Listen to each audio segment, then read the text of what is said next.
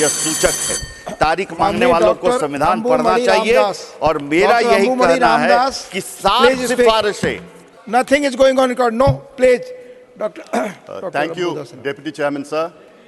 On behalf of my party, Patali Makkal Katchi PMK, I rise to support this bill. Sir, in India, till about 100 years ago, women weren't allowed to go out of the houses. Till about 75 years ago, women weren't allowed to vote. Till about 50 years ago, women weren't allowed to go to colleges. Till about 25 years ago, women weren't allowed to go to work.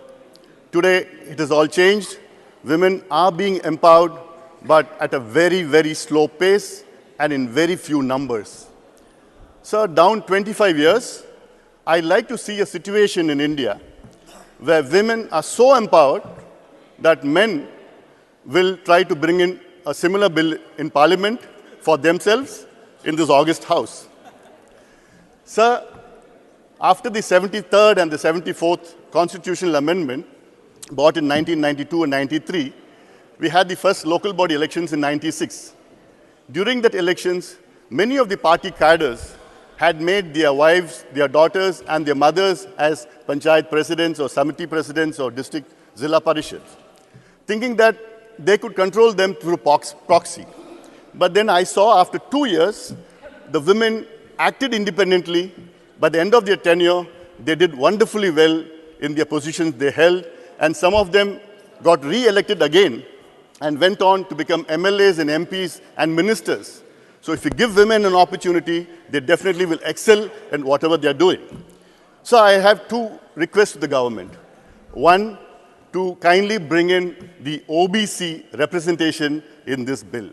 Either today or at least during the winter session, bring in an amendment so that OBC women are equally represented, because they comprise 60% of Indians' population, and without the empowerment of OBC women, India can't develop.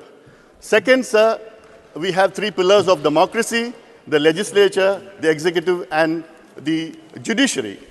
We have fulfilled the demand of the legislature because we have a reservation for women in the local bodies, and today we're bringing in for MLAs and MPs.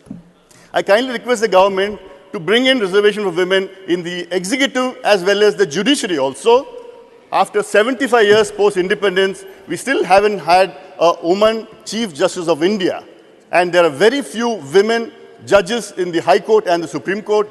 We need more women officers in IAS, IPS, IPS, IFS, and defense sector. And definitely we need, so the government should bring in and act an amendment, constitutional amendment, so that women are empowered in the executive as well as the judiciary. Sir, I would like to end with the saying, if boys get education, only he is educated. But if girls get education, the entire family gets educated.